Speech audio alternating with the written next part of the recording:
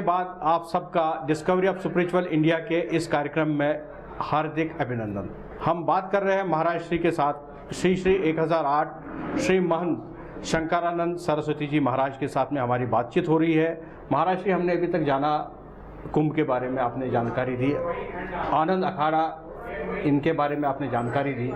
अब हम ये जानना चाहते हैं कि जो इस पावन धरती पर आज हम यहाँ बैठे हैं, ये त्र्यंबकेश्वर की धरती है, तो त्र्यंबकेश्वर के बारे में आपसे हम और ज्ञान लेना चाहते हैं कि भगवान शिव का ये जो यहाँ त्र्यंबकेश्वर ज्योतिर्लिंग है, ये कैसे यहाँ पर स्वयंभू लिंग है कि क्या किसी ने इसकी स्थापना की थी, और आसपास में कौन कौन से तीर्थ स्थान है यहाँ?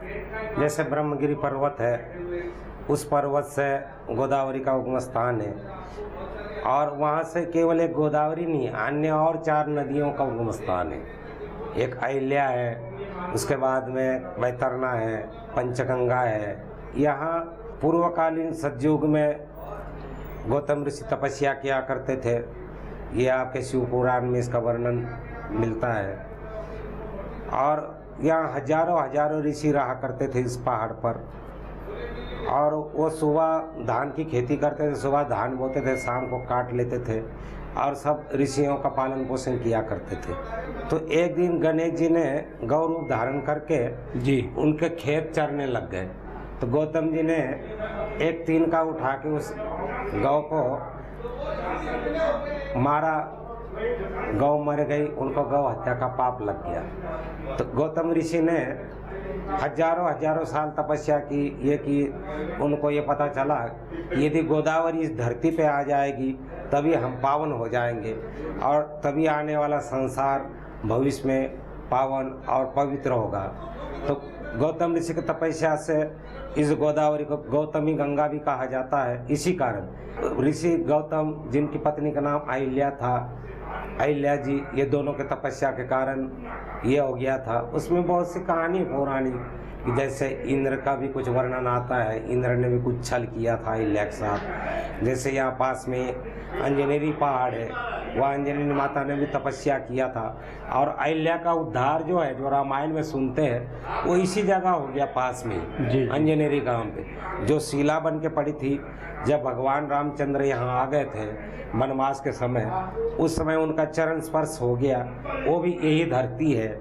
और इसी धरती पर इसी कुंभ के दरमियान, इस कुंभ की विशेषता ये है कि इस कुंभ के दरमियान जो भक्त अपने मातृपितरों का पिंडदान श्राद्ध आदि करते हैं, उनकी अवश्य मुक्ति हो जाती है। इसमें इसका एक प्रमाण ये भी मिलता है कोई स्कंद पुराण में कि भगवान श्री राम ने भी अपने पिताजी दशरथ जी का यहाँ पिंडदान इसी पिशावर तीर्थ में किया था। और इसकी विशेषता ये है कि अन्य जगह सब आपको शिवलिंग मिलेगा, यहाँ एक ऐसा गड्ढा है, गड्ढे के भीतर 3 लिंग है, छोटे छोटे निम्न प्रकार के, कि जैसे ब्रह्मा जी और शिव, विष्णु जी, और शिव के सर पे गोदावरी यहाँ आज भी बहती है।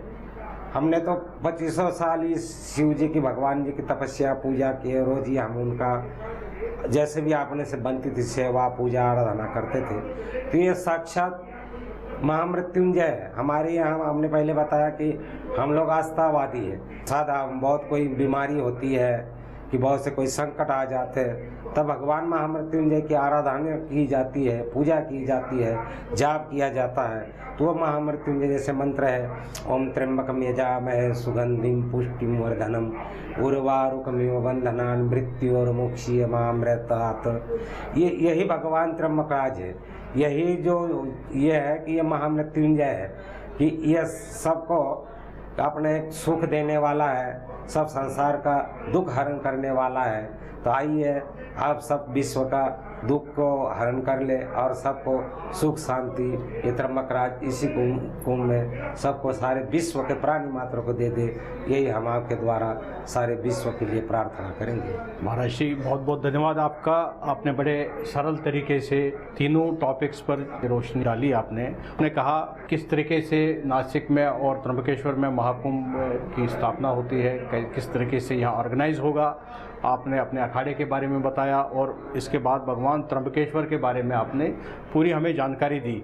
महाराज श्री, इससे पहले इस प्रोग्राम को हम समाप्त करें, आपको बहुत बहुत धन्यवाद देना चाहता हूं। आपने अपना बहुमूल्य समय निकाल के हमारे साथ में आपने ये चर्चा में भाग लिया, इसके लिए बहुत बहुत धन्यवाद महाराज। आपका भी बहुत बहुत धन्यवाद।